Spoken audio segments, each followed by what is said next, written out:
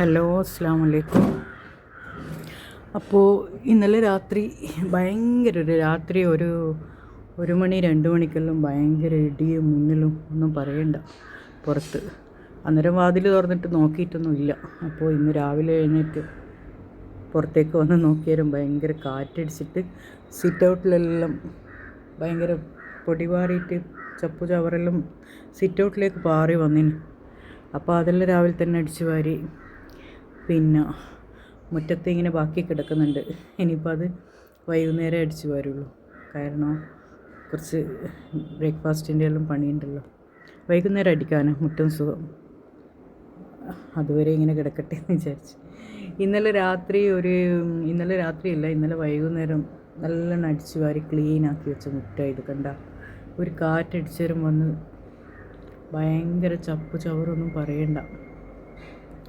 അപ്പോൾ എന്താ പറയുക, അപ്പോൾ ഇത് മഴക്കാലമല്ല, പക്ഷെങ്കിൽ ഈ ചൂട് സഹിക്കാൻ പറ്റാത്തൊരു ചൂടല്ലേ ഇത്. ഹ്യൂമിഡിറ്റി കൂടുതലുള്ളത്. അപ്പോൾ പിന്നെ എന്താ പറയുക, അന്നേരം തോന്നിയൊരു മഴേൻ്റെ ലക്ഷണമുണ്ട്. ഇന്നലെ വൈകുന്നേരം ചെടിക്കെല്ലാം നമ്മൾ പിന്നെ കുറച്ചായിട്ടാണ് നനച്ചു കൊടുത്തിട്ടുള്ളൂ. ഒരു മഴക്കാറ് കണ്ട പോലെ തോന്നി. കാരണം ചൂടിങ്ങനെ ഭയങ്കര സഹിക്കാൻ പറ്റാണ്ടാവുമ്പോൾ എന്തായാലും ഒരു മഴ പെയ്യുമെന്ന് തോന്നി. പിന്നെ ഗൾഫ് നാട്ടിലെല്ലാം ഭയങ്കര മഴയും പ്രശ്നങ്ങളാണെന്നല്ലേ പറയുന്നത്. അതിൻ്റെ ഒരു എഫക്റ്റ് ഇങ്ങോട്ടേക്ക് അടിച്ചാലോ ചിലപ്പോൾ അതുകൊണ്ടായിരിക്കും. ഇന്നലെ ഭയങ്കര ശക്തിയായിട്ടുള്ള ഇടിയും മിന്നലല്ല കണ്ടത്. പിന്നെ പേടിയാവുന്നു. കറണ്ടൊന്നും പോയിട്ടില്ല. പിന്നെ ഇൻവെർട്ടർ ഉള്ളതുകൊണ്ട് അങ്ങനെ കറണ്ട് പോയിനോ ഇല്ലയോ എന്ന് ശരിക്കും അറിയേയില്ല. എന്നാലും പോയിട്ടില്ല എന്നാണ് തോന്നുന്നത്.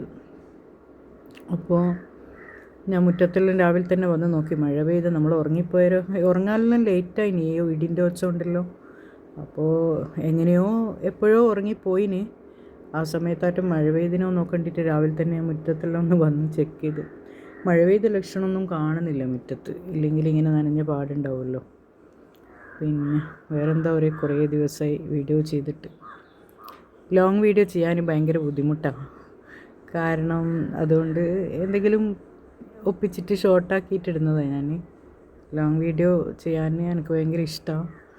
പക്ഷേ ടൈം കിട്ടുന്നില്ല. ഇപ്പോൾ കുറച്ച് ഫ്രീയാണ് ഞാൻ. കുട്ടികളാരും സ്ഥലത്തില്ല, ഹസ്ബൻഡും ഇല്ല.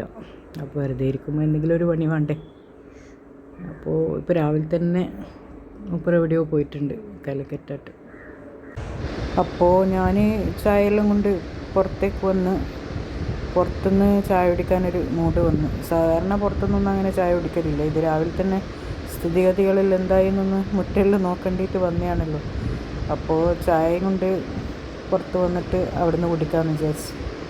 പുറത്തെല്ലാം നോക്കിയിരുന്നിട്ട് ചായ കുടിക്കാനൊരു രസം തന്നെ. രാവിലത്തെ പിന്നെ എന്താ പറയുക, ആരും ഇല്ലാത്ത സമയത്ത് ഇവരുണ്ടെങ്കിൽ നമ്മൾ ഒരുമിച്ച് ചായ എല്ലാം കുടിക്കാം. അല്ലാത്തപ്പോൾ ഇങ്ങനെ ഒറ്റയ്ക്ക് ഇരിക്കണ്ടേ. അപ്പോൾ ഒറ്റയ്ക്ക് ഇരുന്ന് ചായ അകത്തുനിന്ന് കുടിക്കുമ്പോൾ ഒരു മടി പോലെ.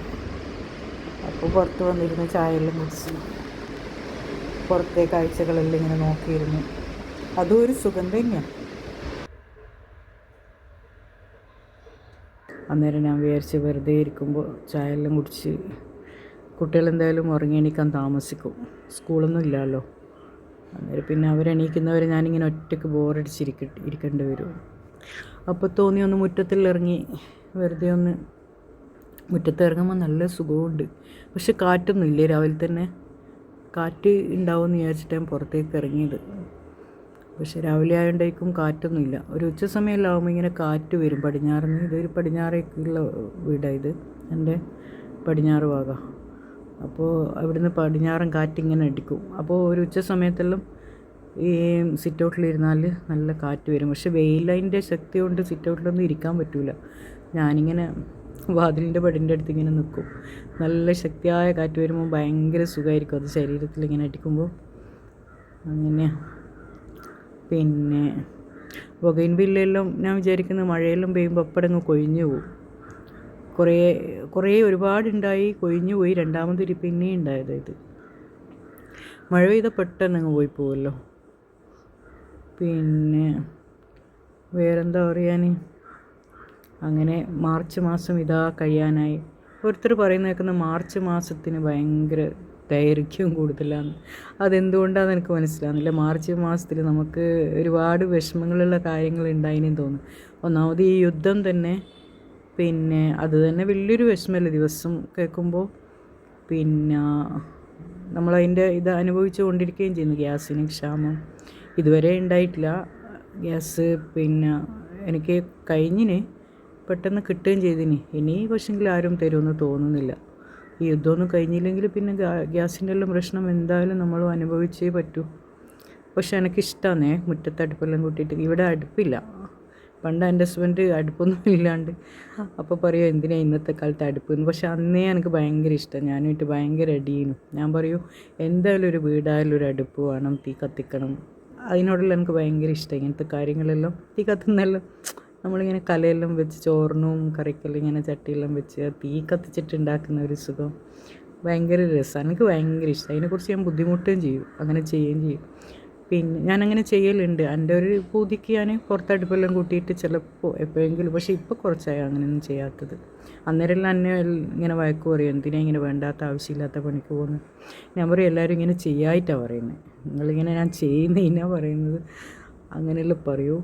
പക്ഷേങ്കിൽ അന്നേരം ഞാനുമായിട്ട് ഇങ്ങനെ അടികൂടുമ്പോൾ പറയും, എന്തിന് ഗ്യാസുള്ളവർ എന്തിനാ അടുപ്പിൻ്റെ ആവശ്യം. എന്നാലും ഒരു വീടാകുമ്പോൾ ഒരു അടുപ്പെല്ലാം വേണം, പ്രത്യേകിച്ച് പെൺകുട്ടികളുള്ള വീടല്ലേ. അപ്പോൾ പിന്നെ നമ്മൾ ഇപ്പം എൻ്റെ ഒരു മോളെ പ്രസവിച്ചിട്ടുള്ളൂ. പക്ഷേ 2 പ്രസവം കഴിഞ്ഞ് ഭയങ്കര ബുദ്ധിമുട്ടിപ്പോയിന് അടുപ്പില്ലാത്തതുകൊണ്ട്. അപ്പോൾ ഇനി വരുന്ന ആ സ്ത്രീക്കെല്ലാം ഭയങ്കര ബുദ്ധിമുട്ടായിരുന്നു. നമ്മളെങ്ങനെയല്ലോ ഒപ്പിച്ചിട്ട് മുറ്റത്ത് അടുപ്പെല്ലാം കൂട്ടി അതങ്ങ് ശരിയാക്കി കൊടുത്തത്. അങ്ങനെ 2 പ്രസവവും അങ്ങനെ ഒപ്പിക്കൽസ് കൊണ്ട് കഴിഞ്ഞ്. പിന്നെ കുറേ ഗ്യാസിലും കുറേ മുറ്റത്തെല്ലാം ആയിട്ട്. പക്ഷേ അങ്ങനെയൊന്നും എനിക്കിഷ്ടമില്ല. എനിക്ക് അതിൻ്റെതായ രീതിയിൽ അടുപ്പെല്ലാം നമുക്ക് ആവശ്യം ഉണ്ടായാലും ഇല്ലെങ്കിലും എന്തെങ്കിലും ആവശ്യം അതിനെ കൊണ്ട് വന്നാലോ അത് വിചാരിച്ചിട്ട് ഞാൻ പറയും അങ്ങനെ ഒന്ന് ഉണ്ടാക്കി വെക്കും. നമുക്കൊരു ആ പഴയ ഒരു ഓർമ്മകളെപ്പോൾ ഇങ്ങനെ കാണാൻ ഇടയ്ക്കൊരു പുതിയാകുമ്പോൾ അങ്ങനെ കത്തിക്കലും ചെയ്യാമല്ലോ. ഞാനിങ്ങനെ പറയുമ്പോൾ എന്നെ എല്ലാവരും കേൾക്കും. എനിക്കിതെല്ലൊരു ഇഷ്ടം. അങ്ങനെ ഇപ്പം ഇതാ എല്ലാവർക്കും പിന്നെ അടുപ്പിനെ പൊച്ചിച്ചോർക്കും എല്ലാം അടുപ്പിൻ്റെ ആവശ്യം വന്നു. ഇനിയിപ്പോൾ ഇതെങ്ങനെ അടുപ്പ് ഇപ്പം ഞാൻ 1 വർഷം 2 വർഷത്തോളമായി അടുപ്പ് അങ്ങനെ ഒരു സംഭവമൊന്നും ചെയ്യാത്തത്. അല്ലാണ്ട് ഇങ്ങനെ ഞാൻ പറഞ്ഞില്ലേ മുറ്റത്ത് എനിക്ക് പുതിയാകുമ്പോൾ ഞാനിങ്ങനെ ഒരു കല്ലെല്ലാം വെച്ച് ചോറിലുണ്ടാക്കാൻ നിൽക്കലുണ്ട്. ഇപ്പോൾ അങ്ങനെ ചെയ്യലില്ല. പക്ഷേ ഇപ്പം നമുക്കത് ആവശ്യമായി വന്നു. ഇനി അതിന് എന്തായാലും ചെയ്യേണ്ടി വരും. പിന്നെ വേറെന്താ പറയാൻ, അങ്ങനെ എല്ലാവരെയും ഒരു പാഠം പഠിപ്പിക്കുന്നൊരു യുദ്ധമാണെന്ന് തോന്നുന്നു വന്നത്. കുറച്ചങ്ങനെയെല്ലാം വേണം. കുറച്ച് എല്ലാത്തിനും പറ്റി എല്ലാവർക്കും അറിയണം. അതിൻ്റെതായ ബുദ്ധിമുട്ടുകളും എല്ലാ ആവശ്യങ്ങളും എല്ലാം നമുക്കെല്ലാവരും വേണം. നമ്മളൊറ്റയ്ക്ക് മതി, നമ്മൾ തന്നെ മതി, നമ്മളെ കൊണ്ടെല്ലാവും, ആ ഒരു ചിന്ത പാടില്ല. എല്ലാവരും പരസ്പര സഹായം ഉണ്ടെങ്കിൽ ഈ ലോകത്ത് ജീവിക്കാൻ പറ്റൂ. ആ ഒരു ബോധം വരണം എല്ലാവർക്കും. കുറച്ചങ്ങനെയെല്ലാം ബുദ്ധിമുട്ടിട്ട് ഞാനും ബുദ്ധിമുട്ടാൻ തയ്യാറാന്ന് തന്നെ ഞാൻ പറയുന്നത്. പിന്നെ ഭയങ്കര ദുഷ്ടത്തിയായി എന്നല്ല പറയും എൻ്റെ വീട്ടിൽ നിന്ന്. പക്ഷേങ്കിൽ എനിക്ക് അങ്ങനെയല്ല ഇഷ്ടം. പിന്നെ അങ്ങനെയല്ല, നമ്മൾ പുച്ഛിച്ച ആൾക്കാരെയും കെട്ട ആൾക്കാരെയും കഴിവിനെ പുറത്ത് എടുക്കുന്ന അതെനിക്ക് ഭയങ്കര ഇഷ്ടമാണ്. അവരെ പവർ നമ്മൾ കാണണം. അതെന്തെങ്കിലും പഠിച്ചവൻ കാണിച്ചു തരുമല്ലോ. നമ്മളെല്ലാം തികഞ്ഞ ആൾക്കാരാണെന്നുള്ള ആ ഒരിത് മാറണം. ആരും ഒന്നും എല്ലാം തികഞ്ഞോലൊന്നുമല്ല. എല്ലാവർക്കും പലതര കുറവുകളും എല്ലാം ഉണ്ട്. എല്ലാവർക്കും എല്ലാവരെ കൊണ്ടും ആവശ്യം വരും, അതുറപ്പാണ്. അത് നമ്മൾ വീട്ടിലായാലും നാട്ടിലായാലും രാജ്യത്തായാലും എല്ലാവർക്കും ഉണ്ടാവും. അതെല്ലാവരും മനസ്സിലാക്കണം. അത്രയാണ് ഞാൻ പറയുന്നത്. പിന്നെ പാവം ഒരു രാജ്യത്തിന് ഇങ്ങനെ അടിച്ചമർത്തി ഉപദ്രവിക്കുമ്പോൾ അവരെ പവറൊന്ന് കാണിക്കുന്നതിൽ എനിക്ക് കുറച്ച് സന്തോഷമുണ്ട്. പിന്നെ ഭയങ്കര സങ്കടമുള്ള കാര്യമാണ് എനിക്ക് അവിടുത്തെ കാര്യങ്ങൾ. ഞാനിങ്ങനെ വീഡിയോ എല്ലാം കാണുമ്പോൾ സഹിക്കാൻ പറ്റാത്ത കിട്ടാത്ത ദിവസങ്ങൾ വരെയുണ്ട്. അപ്പോൾ പഠിച്ചവന് എന്തെങ്കിലും അതിൻ്റെ ഇത് കാണിക്കും എന്നുള്ള ആ ഒരു പ്രതീക്ഷയുണ്ട്. അതെല്ലാം പോട്ടെ, അതിനെപ്പറ്റി വലിയ വലിയ കാര്യങ്ങൾ സംസാരിക്കാനൊന്നും എനിക്കറിയില്ല. പക്ഷേങ്കിൽ വാക്കുകളായിട്ടൊന്നും എനിക്കത് പറയാനറിയില്ല. മനസ്സിൽ ഒരുപാട് ദുഃഖങ്ങളും വിങ്ങിപ്പൊട്ടലെല്ലാം ഉണ്ടാവലുണ്ട് ഓരോ കാര്യങ്ങൾ കാണുമ്പോൾ കേൾക്കുമ്പോൾ എല്ലാം. പിന്നെന്താ പറയുക, നമ്മൾ ഈ കൊച്ച് വീഴുന്ന പറയണ്ടേ, ഈ നമ്മൾ ഈ ലോകത്തൊരു കുഞ്ഞ് സ്ഥലത്ത് കുഞ്ഞ് വീട്ടിൽ കുഞ്ഞ് കാര്യങ്ങളും നോക്കിയിട്ട് നടന്നു പോയാൽ മതി. അത്രയും മതി. വലിയ വലിയ കാര്യങ്ങൾ ചിന്തിച്ചാൽ ഒരെത്തും പിടിയും കിട്ടൂല. എന്തോ ആയിപ്പോവും, ജീവിക്കാൻ കഴിയില്ല. പിന്നെ വേറെന്താ പറയാൻ, അങ്ങനെ ഒരു വീഡിയോ ചെയ്യണം എന്നുള്ള ആഗ്രഹം കൊണ്ട് രാവിലെ തന്നെ ഒരേ പൊസിഷനിൽ ക്യാമറയും പിടിച്ചിട്ട് ഞാനിങ്ങനെ എന്തെല്ലോ പറഞ്ഞു കൂട്ടീന്. ഇൻഷാ അള്ളാ പിന്നെ ഞാനിപ്പോൾ അകത്തൊന്നും കയറിയില്ല, പുറത്തിരുന്നിട്ട് പുറത്തത്തെ കാഴ്ചകൾ ഇങ്ങനെ കണ്ട്, പിന്നെ പ്രകൃതിയിൽ ഈ ഇന്നലത്തെ ഇടിമിന്നലിൻ്റെ പ്രത്യാഘാതങ്ങൾ എന്തെങ്കിലും ഉണ്ടോ എന്നെല്ലാം അറിയേണ്ടിയിട്ട് മുറ്റത്തെല്ലാം ഇറങ്ങിയതാണ്. പക്ഷേങ്കിൽ കാര്യമായിട്ടൊന്നുമില്ല. എന്തോ ഒരു കെട്ടടങ്ങിയ പോലത്തെ ഒരു ഫീൽ ഉണ്ട് മുറ്റവും ആകാശമെല്ലാം കാണുമ്പോൾ. പിന്നെ അതും കണ്ട് ഇങ്ങനെ ഇരുന്ന് വെറുതെ നിങ്ങളോട് സംസാരിച്ചിരുന്നതാണ്. ഇൻഷാ അള്ളാ ഞാനിനിയും വരും എന്തെങ്കിലും തട്ടിക്കൂട്ടൽ വിശേഷങ്ങളുമായിട്ട്. ഓക്കെ, അസ്സലാമു അലൈക്കും.